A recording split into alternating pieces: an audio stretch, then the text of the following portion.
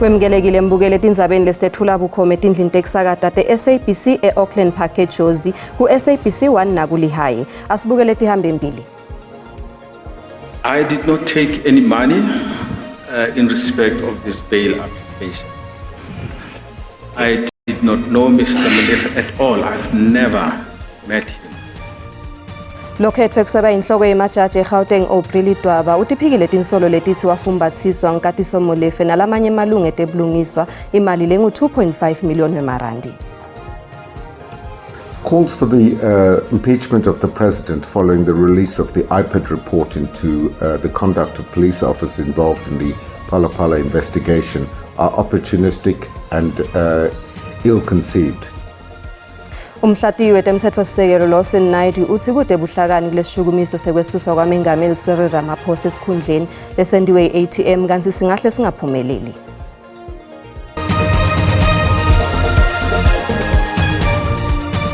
Ikhomishana yetebulungiswa ikhethe lisekela lenhloko yemajaji eGauteng Aubrey Dwaba ukuthi ithathe isikhundla samengameli wemajaji enkantolo lephakeme eGauteng.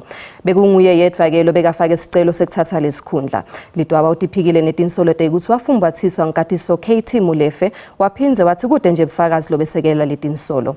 Kanti uphindze wathi usalinze bufakazi lobukhombako ukuthi yena uyabandzakanyeka yini ebugebengwini.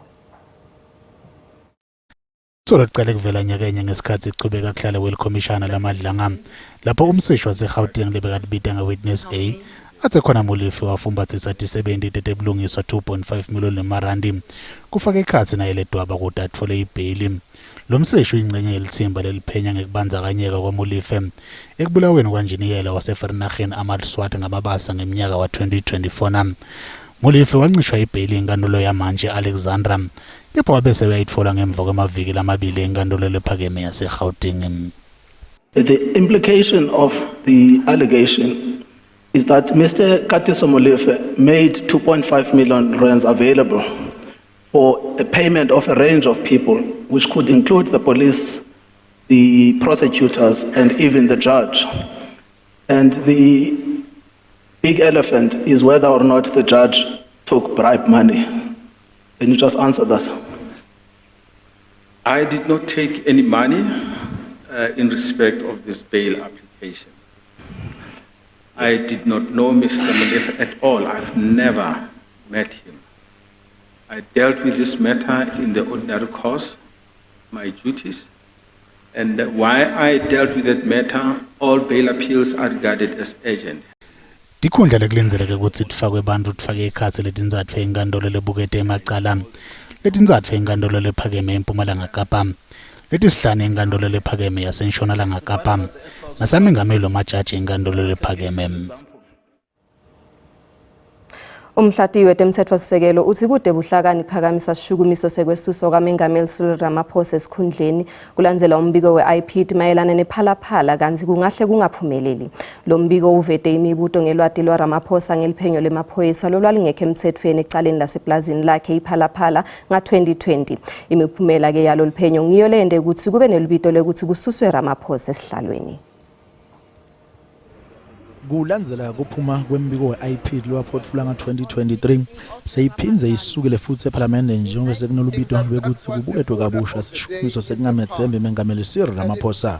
Inhlangano ye-African Transformation Movement lebekungiyo beyihola isishukumiso sekungamethembe mengameli nga-2022 seyivele ibhalele somlomo wePhalamende ethokotidiza. Kepha sikhulu eCASAC Lawson Naidoo sithi kungendeka lesishukumiso sakamuva sikacatshangisiwa kahle. Insofar as impeachment is concerned, Parliament had initiated a process a few years ago under Section 89 of the Constitution. It decided not to proceed to the second phase of that investigation in terms of Parliament's rules, and that matter is now before the Constitutional Court, and a decision is imminent within the next few weeks. Lo mbiko we-IPID utibeka ngalokusobala tinsolo tekusinyetiswa kuti insithathe embuso kuphenya lokweba. Naidoo uthi kwanyalo kumele kubukwe lokho ngeliso lelijulile. The IPID report makes findings against two police officers, Major General Wally Ruda and Constable Rehoto. The question to be asked now is what action has IPID or the SAPS taken to institute the disciplinary measures that were recommended in that report. I-ATM yathemba ukuthi ihlangane lenombolo ledingako ukuthi kuqhubeke lesishukumiso. lihhovisi lasomlomo wePhalamende Thoko Didiza liqinisekisile ukuthi walencwadi lathi lisayidlela emathambo engcondvo uma ancoma kusifezekisa lezi shukumiso kutawubita ukuthi sicutshelwe ebandleni elitimele lenemalanga langama-30 ukuthi lisho ukuthi kukhona yini lokumele kulandzelwe. Uma kunjalo ke noma ke kukhona lekuthola lokumele kuphenywe kutawube sekukhetfwa likomiti lelitimele litawuphenyisisa ngalolu dzaba bese liphuma nesincumo lekumele sithathwe. Kungaphumela ukuthi kumele sichubekele shukumiso lo mbiko utawube sewuthunyelwa ePhalamende bese kuyavotwa kanti kudzingeka emavoti lang-267 kulawo lang-400 emalunga ePhalamende ukuze kuphumelele sishukumiso. Yahlukene ke imibono yemacembe epolitiki kakhulukati kuhulumende welibumbano wavelonke kulandzela lubito lekususwa mengameli Cyril Ramaphosa njengemholi welive. Lokhu kulandzela ukuthi African Transformation Movement ibhalele somlomo wePhalamende Thoko Didiza kuthi aqale tinhlelo tekususwa mengameli Ramaphosa esihlalweni ngekwemetfese emacala kulandzela umbiko wakamuva lokhokhwe i-IPID. Amanye amaqela ezopolitiki akhetha ukuvala phezulu esithi aza kuphefumula kuphela emva komkhombandlela kasomlomo wePhalamende ngaphambi kokuba avakalise izimvo zawo. I-ANC ithi ayikazi ukuthethwa kwangoku isithi lindele kusomlomo. I-DA yona ithi iyakuphendula kuphela xa kukwisiphakamiso ngokusesikweni ePhalamende. Lokami IFP isithi kusekutsha kuba iphefumule. I-Al-Jama ngokufanayo ithi ayikafuni ukuthetha isithi lo mbutho uyakuphendula kuphela xa usomlomo ethethile. Nakubeni kunjalo hayi yonke imibutho etyetyumo. I-Build One South Africa ithi ukuvela kwenkcukacha nolwazi olutsha kwakunyanzelisa uphando. Isithi ukuba iPhalamende kufuneka inikwe ithuba lokuphanda gabalala lomba. Phala, like many other issues in this country, always deserves proper and thorough investigation. Recent reports have come back with new additional information that challenges what the role of the president is, what the role of the head of security, Wale Rode has been. Kwelinye icala iPatriotic Alliance ivakalise inkxaso yayo ngakunqeyo ngakumongameli nalapho lo mbutho umile kolokuba inzame zokuchithwa kamongameli azivakali okwalumkisa ngokuphazanyiswa kweGNU. The Patriotic Alliance stands for accountability, but we also stand for fairness. We will continue to support President Ramaphosa and the GNU. Xa imibutho yezopolitiko yahlukene ngokwembono eminye isavale phezulu ngokwamehlo azakuhlala kwiofisi kasomlomo nalapho sizakuvela khona isigqibo sokumanyelwa kokuvuselelwa kweenkqubo zokuchithwa kamongameli. Kwindaba ze-SABC ndingumkhokheli bandla ndisePhalamende. Bufakazi eKhomishaneni yamadlanga bukhomba ukuthi lo make loshonile enyangeni lefile beyangasiye makwa Julius Mkhwanazi ngekwengadi. Bameli baMkhwanazi bakhona kucela ukuthi kuhlehliswe kuvela kwakhe ngembiko le khomishane bathi ushonelwe ngumakwakhe ngakho ke uthi ngasikhathi sekubukana netindzaba temndeni nemalungiselelo emgcwabo. Umholi wabofakazi advocate Mahlape Silo utshele likhomishana lamadlanga ukuthi Mkhwanazi ukhulume amaphosiso ngaphasi kwesifungo kungako kufuthi ajeziswe. Uthi usebenzise amaphosiso ukuthola lithuba lekuthi kuhlehliswe kuvela kwakhe ngembiko kwaleli khomishana. Nanoba kunjalo Mkhwanazi uthi kude lokubi lakwendile.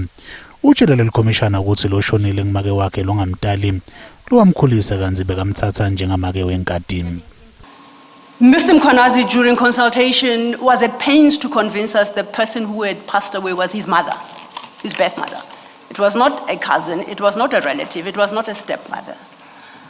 When I made my application for a postponement, I indicated that it was a close member of the family, and therefore understand why he could potentially require this extension. His attorney seemingly was also of the opinion, of the view that this was his mother, because when he addressed the commissioners, he indicated this was his mother. Usenjalo somabhizinisi Suleiman Karima ngeke asavela ngembiko kwaleli khomishana kuleli viki. Lokhu kuvete ngilokhulumela leli khomishana Jeremy Michaels kungaveli kwakhe ukuthi ngemva kokuthi angeniswe esibhedlela itolo ngenxa yokuhlaselwa sifo senhlitiyo. This is a particularly sensitive matter again. And given that we are 2 days away, obviously the formal communication process must unfold. And let's see how, I wouldn't want to preempt, but you know, the Commission is working constantly, continuously to ensure that we use the time that is available to us. Karim ubukene letinsolo tekwetama kuqutela indvuna elitiko letemaphoyisa lemisiwe emsebentini esenzo mchunu kuthi ivuselele inkonileka yethenda ya 360 million emarandi emaphoyiseni lekusola ukuthi beniketwe somabhizinisi Vusmusket Matlala bekulinzeleke ukuthi Karim atfule ubufakazi ngalwesine. Likhomishana lemaqiniso nekubuyisana belilalele ngekubulawa kwemmeli nemkantshubovu waseThekwini Griffiths Mxenge. Mxenge washaywa waze washona enyangeni yeLweti nga-1981. Kuvele kule khomishana ke ukuthi kubulawa kwakhe kwaholwa ngumbutho wahulumende welibandlululo lobekathe uhlose kuqedza nyanga etishoshovu. Umndeni waMxenge ufuna imphendvulo njengoba sekuphele iminyaka lenge-30 kwaqala kuhlala le khomishana.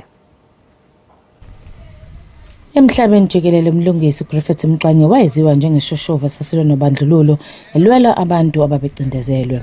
Mhla zo-19 kuLwezi ngo-1981 Mxenge wagwazwa amanxeba ngaphezu kwa-40. Isitumbu sakhe sathola enkundleni yezemidlalo uMlazi eningizimu yeTheku. Impilo yomndeni nezingane zakhe yashintsha nomphela. Nokwenza isimo sibe sibi kakhulu umama wabo Victoria Mxenge naye wayeshoshovu esihlonishwayo ngokwakhe wabulawa ngo-1985. In our African culture, when you work, you take care of your whole family. And when Umama then came in as well, she played that role to every one of us. So when people then decided, those people decided to assassinate them, they assassinated their whole family because we all lost. Icala likaMxenge laqulwa iTRC Khomishana yamaqiniso nokubuyisana yaveza ukuthi imiyalelo yokubulawa kaMxenge yaphuma kuCommander waseFlag Plus owayebizwa ngoDerek Coetzee. Now when that person who has done that to one of your own, and then that person is given amnesty without consulting the children, without consulting the family. Umndeni wakaMxenge unikwe elinye ithuba lokuthola ubulungiswa kulandela ukuvulwa kabusha kophenyo ngokubulawa kukaMxenge. Banethemba lokuthi lolu phenyo lungagcina libanika ubulungiswa iTRC eyahluleka ukubalethela lona. Kwindaba ze-SABC uAyinda Mhlongo eThekwini. Kuletinye ke nasibuye eTitolo. Ligcine lilivumile licala lekubulala umngalo liphoyisa lebelisolwa ngalesento eBarberton eMpumalanga.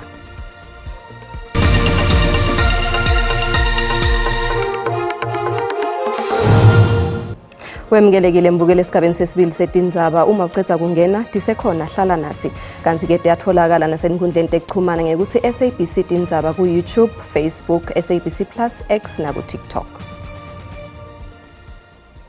Liphoyisa lebelisolwa ngekubulala umngalo eBarberton eMpumalanga nga-2023 ligcine lilivumile lelicala. Lucky Maduna uvumile ukuthi wambulala noNkululeko Mthweni watama nekubulala umngani waMthweni Veronica Sithole.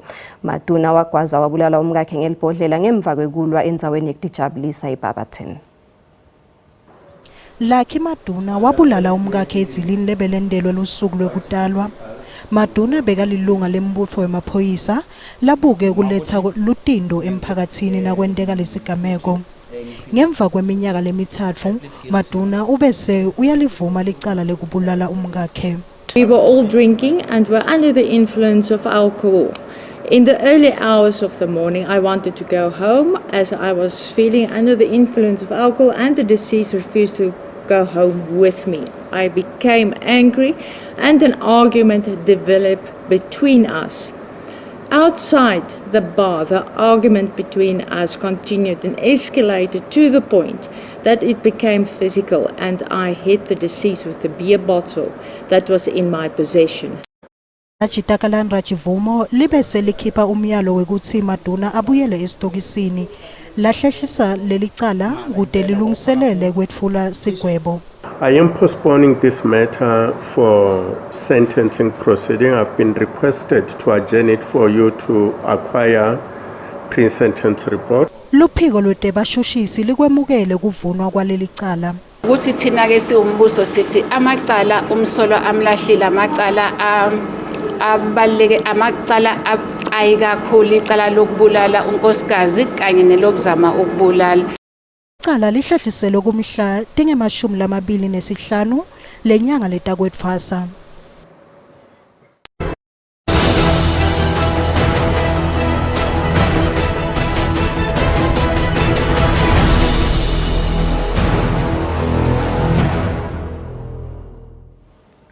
Imibiko leyahlukene ithi tingxoxo emkhathini kwe-Iran neMelika tingahle tenteke futhi madvude.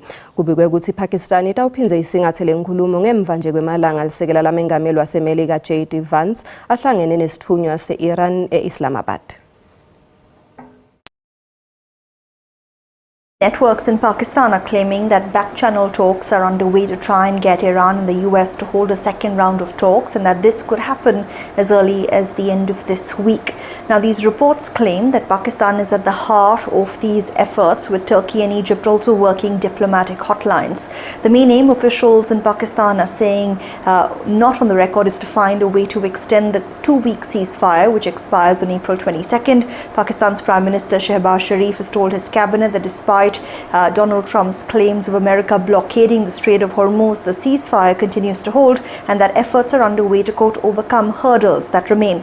Islamabad has found itself at the heart of international diplomacy in this instance after it mediated the first face-to-face talks between the US and Iran since 1979. US Vice President J.D. Vance and Iran Speaker Mohammad Bagher Ghalibaf met this weekend in Islamabad. Those talks lasted nearly a full day but ended without a deal. The US blamed Iran for refusing to commit to limits on its nuclear program. Reports suggest that Vance pushed for a 20-year freeze on Iran's ability to enrich uranium. Tehran reportedly offered to agree to a 5-year freeze. But experts believe there is still willingness to negotiate on both sides. President Donald Trump says the US blockading the Strait of Hormuz as a pressure tactic is already working, claiming that the right people in Iran have called and are ready to make a deal. There has been no indication from the Iranian side that this is true. Sikubutile ke mbukeli ukuthi ingabe ngusiphi isijubo losilinzele icaleni lekudubula ezidlangalaleni lelibukene nemholi we-EFF Julius Malema. Uphendvule ngalendlela. Isijubo lengisilinzele kakhulu kwamele agwetshwe ashushise aphindze futhi anikede imiyalo kuze kusala abanye kube sifundo ukuthi kulokondekile akusikahle na kancane ukuthi agwetshwe naye ajeze mhlawumbe unyaka we-1 nje ezwe naye ukuthi ke uma umholi kahle kahle uhola abantu kufanele uziphathe kanjani. Ngeke sanqumela inkantolo ukuthi ayimgwebe isigwebo esingakanani, kodwa kubalekile kakhulu ukuthi umuntu owonile nje akagwetshwe noma kuthiwa ngubani futhi agwetshwe isigwebo esimfanele. Ngilindele ukuthi bemnikeze u15 years nangaphezulu ukuze kuthunyelwe isithombe nakwabanye abantu ukudubula isibhamu edlangalaleni kuyicala. Ngicabanga ukuthi u6 years bekufanele bamnike emsakazi ngoba sifuna ukubona ukuthi umthetho uyasebenza ngempela eSouth Africa, awukhethi balala muntu. Lona ke ngumbono wembukeli iSABC etethweswa kudiphendvulela ngawo.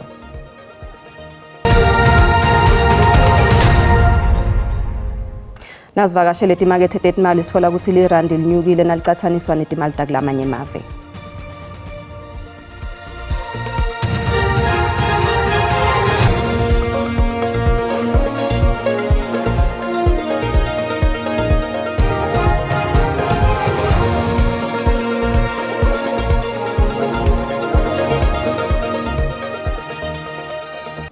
Kuna Ephraim Mabilane ke kuleti hamba imbili kuleti phuma embiteni kuligwalagwala FM. Wota nato Ephraim. Ngelindelwa sibingelele mbukeli sisho ukuthi langatlinzela ihlelweni lephuma embiteni siyabe sibuka lidzaba lensinzamholi wenhlangano ye-EFF Julius Malema njengoba kulinzeleke ukuthi kukhishwe isigwebo sakhe kusasa. Siyawuphindze sixoxisane nelovisi lemthelisi iSARS la licela khona abaqashi ukuthi banikede imininingwane yetisebenzi leti naletinye mbukela ngathi linzela ihlelweni lephuma embiteni emkhathini kwa6 na 7 kuligwalagwala FM. Mbukeli tikuca lapho ke talamuhla siphindze sihlangane ngalwesine. Letalama leti tingensimbi yesikhombisa ngesixhosa. Ukhona ke nanto zakhe mathebula nesimo selitulu ngemva kwetitolo. Nisale kahle.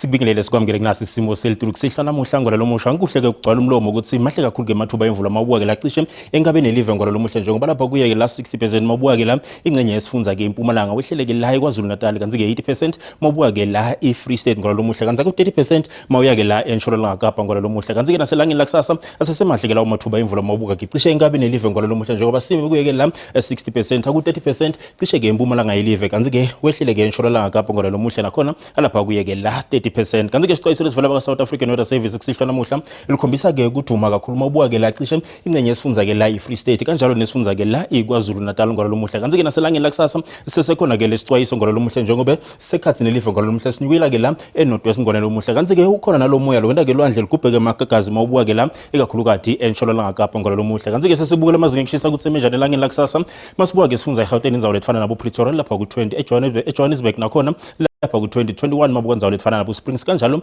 nabo Vereeniging ngolo lomuhla kanzi ke sinyukela sifunzeni eLimpopo indzawo lefana ke la nabo Musina shisa likhipha umkhovetshene nga 32:30 lapha eTzanini boThoya ndawona khona kuyashisa ngolo lomuhla kanjalo naseBekersford ngaye ke la 30 ngolo lomuhla kanzi ke sehlele sifunzeni impumalanga indzawo lefana ke la nabo Mbombela lapha ku 28 33 Skukuza 24 Carolina njengoba belipholile eMelo kanjalo naseStanderton naseSekunda ngaye ke la 23 ngolo lomuhla kanzi ke KwaZulu Natal indzawo lefana nabo Vryheid lapha ku 29 32 eUlundi kanjalo eRichards Bay lapha ku 34 kanjalo naseDurban Potchefstroom nakhona ngolo lomuhla likhombisa ke la kushisa kuleto ndzawo leto kanzi ke sifunza ke la Eastern Cape 26 eKomani 22 emakhanda eqonqe lapha kuye ke la 23 mabuka bogcebeka ngolo lomuhla lapha ku 22 lokusho ukuthi lipholile kuleto ndzawo leto kanzi ke Western Cape indzawo lefana nabo Vredendal lapha ku 23 21 eBeefort West eGeorge ngolo lomuhla naseMossel Bay lapha kuye ke la 20 likhombisa ke kuphola kuleto ndzawo leto kanzi ke Northern Cape indzawo lefana nabo Uppington lapha ku 26 Springbok 21 to 23 ngale kubo Calvina kanjalo nakubo DA nakubo Kimberley ngolo lomuhla kanzi ke sifunza eFree State ngabu kanjalo lefana nabo Kronstadt lapha ku 2021 Welcome kanzi ke Frankfurt lapha ku 22 kanzi ke Bethlehem ngolo lomuhle